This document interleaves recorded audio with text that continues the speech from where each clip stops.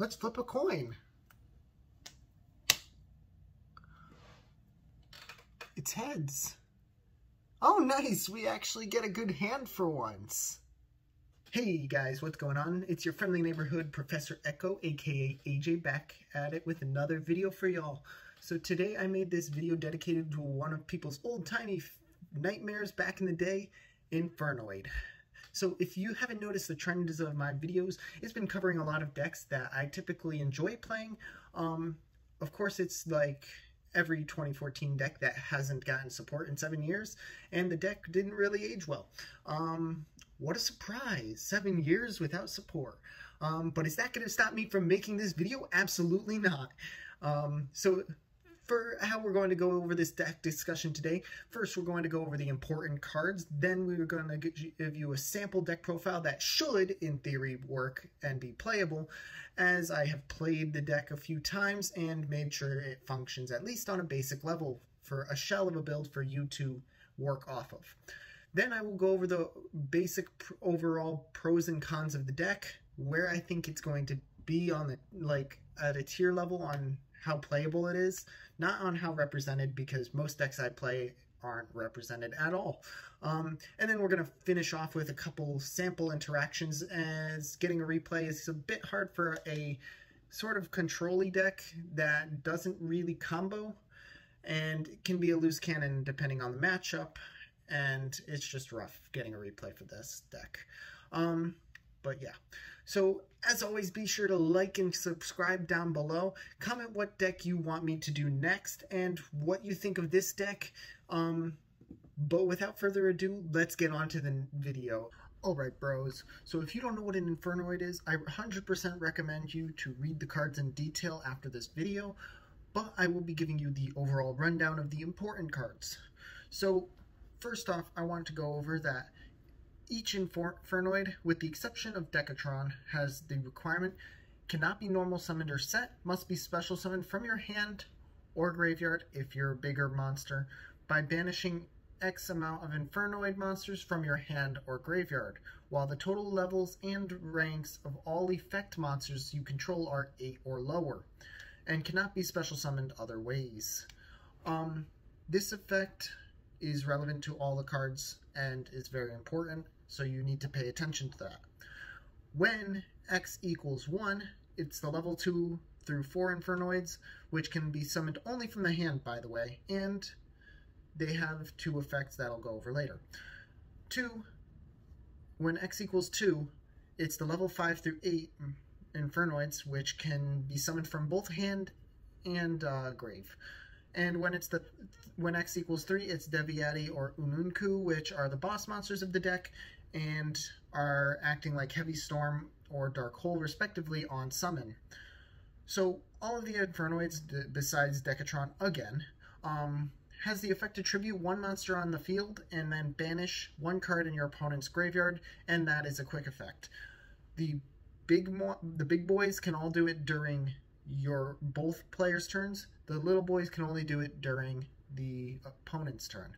Deviati and Ununku both have effects to tribute, to negate and banish a card effect.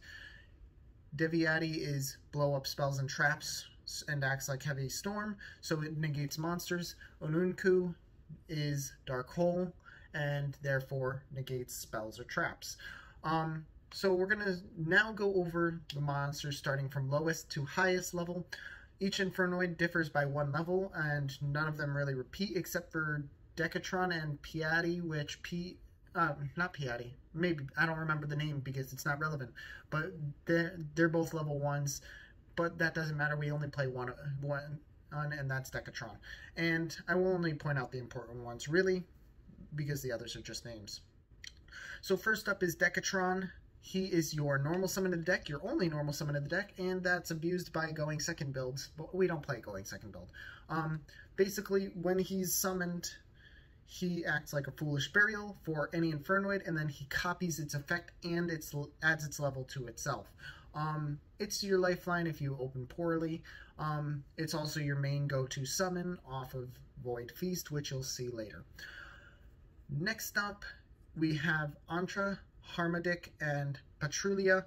all the low-level aside from Decatron, the useful ones anyways, Entra acts like a compulsory evacuation device, Harmodic destroys a monster, and Petrulia destroys a spell or trap. Note that Harmodic and Petrulia can't attack when they use those effects. For our big boys, we have Siget, Seismitas, and Atonadel, which are our relevant big boys. These guys can use their DD Crow effects on either player's turn, which I mentioned a few seconds ago, and that makes them way better than the small guys. But they also have an effect during the battle phase. Siget, on declaration of an attack, forces your opponent to banish one of their extra deck monsters, which is really nice. Seismitas, when he destroys a monster by battle, at the end of the battle phase, he can banish a card on the field. And Atonadel, when he destroys a monster by battle, he can make a second attack in a row, which is nice when you're going for game. I won't go over Deviati and Onunku because we already went over those basically already. Okay, and now we have our spells and traps, which all have Void in their name, but that's just the in-archetype names. So Void Feast is our trap card, and mostly we use this for turn 1 setup and going first, getting 3 disruptions on the field. If you can pull it off, and you usually have clear advantage from the start of the game, and basically you send a Void card from your hand or field to the graveyard, then special summon 3 up to 3 Infernoids whose levels equal exactly 8. This is just really nice since it's not once per turn at all. So if you have 2 going first, you can activate one, send one of your Void cards, then you can chain the other, send the other Void Feast that you just activated, and you get to summon like 5 monsters off of it. Usually like 3 Decatron. Turn 1 is such a strong play, and 2 other big boys. It's ridiculously nice. Definitely you need to play this card. Void Imagination is our Shaddoll Fusion for the deck, and basically when your opponent controls a monster special summoned from the extra deck, which is exactly like Shaddoll Fusion, you can send Imagination to the grave, fusion summon Infernoid Fusion, which is our only fusion in the deck. Why? I don't know. And you can then use up to 6 Infernoid monsters from your deck. That's insane. 6 monsters. So then you have follow-up play after it. The other effect that this card has, it turns all level 2 or higher original level Infernoids that are on the field to level 1. So that means you can fill your entire field up if you can with Infernoid monsters, and you can just make some ridiculous OTK boards this way. Void Vanishment is the rota for our Void cards. Basically, you can discard a card and then search a Void card from deck, which is basically really nice because you don't care about discarding. And then you're just the only sad thing is you're locked into Infernoids, but it's fine because you play Infernoids as a pure deck anyways, so like, who cares? Lair of Darkness is the only card I'm going to mention that's not in the archetype, but it's very abusable by this archetype because we play it. And basically, it allows all of our monsters to tribute an opponent's monster instead of our own. And essentially, we go +2 every time we do that. So we can only do it once a turn, but like by tributing their card. But really, it's not bad at all. And the only downfall is giving your opponent's token at the end phase, which we can just blow up anyways next turn. And it really helps us gain some immense advantage. But yeah, that's going to wrap it up for our overall discussion of the main cards. Now some pros and cons of the deck. So some pros is that it makes some amazing boards. It has some crazy board breaking ability, and it has a lot of 1-card starters that allow it to be very great at controlling the game. But the cons of it is it's absurdly easy to break often. You only have 1 normal summon in the deck, and if they prevent it, you basically make it a super fragile deck, and you basically have nothing to protect you. Opening none of your starters in general makes this deck die easily. I know this is something like for every deck, but this deck especially, since it only has 1 normal summon, it dies very easily to a single disruption, 2 disruption, more than 1 disruption if you're going second and you have not the right hand for the job. It's pretty glass cannony, and that's what makes it kind of sad. This deck, it can be really explosive or polar opposite of that. Like, it's a tier 1 deck at sometimes and a tier 4 deck at others, like in terms of playability. It really is very heavily dependent on what your opponent does and what you do and what you're able to do. It's really, really focused on that, and that's what makes it unfortunate, and it's all right for a deck. I'd give it a definite tier 3 level of playability. Okay guys, so here is our deck profile for this video. As you can see, it's pure Infernoid with a Lair of Darkness engine in it, and it's relatively straightforward from what I discussed. We have triple Decatron because it's our only normal summon and it's amazing. We've got 1-for-1 to even turbo it out one more time. We've got triple Void Vanishment because it's our searcher. We have double Feast because we only really need 2. We don't ever pull off more than once, usually in a game. We got double Sajet because it's great. Double Deviati and Onunku because they're too big to play 3-ofs. We got 1-ofs pretty much everything else. For hand traps, we play in Perm, Gamma, and Ash Blossom because they're really good. Gamma is playable on both players' turns, which is even nicer. We have triple Lair of Darkness plus the 1 searcher for Lair of Darkness because it's nice, and we play triple Extravagance because consistency. For our extra deck, it's mostly just Cherry's targets and ways to get into Equimax and Omega and Tiara and Tiara's targets. Like, it's nothing crazy.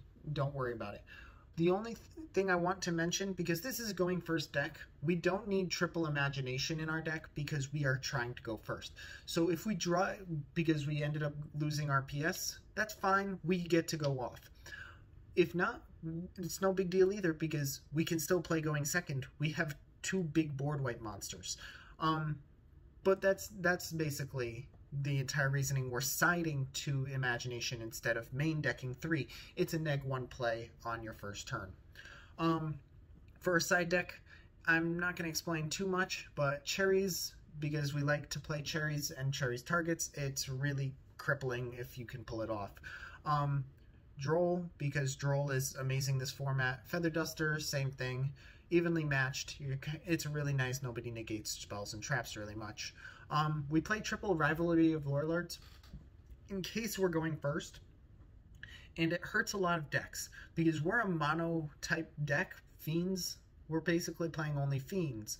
So when your opponent's playing things like Prank Kids, Tri-Brigade, etc., even Drytron, they get locked into one type.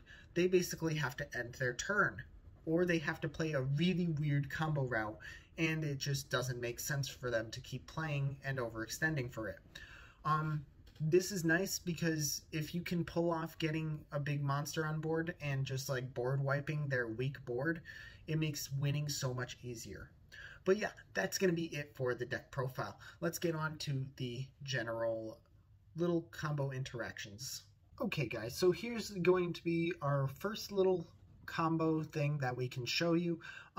So basically we're going to activate Vanishment, pitch any Infernoid card really. I just chose Jet because he's really nice to pitch. We're going to search a second Feast. So we're assuming we already have 1 Feast in hand. Of course it doesn't always happen, but this is just to show off that interaction I was talking about earlier. And then we're just going to end our turn on setting 2 pass. During the opponent's standby phase, we're going to activate, well, it can be any time, but standby phase is optimal because the removal doesn't really do anything to us. We're going to activate Feast to send Vanishment, then a Feast to send the other Feast.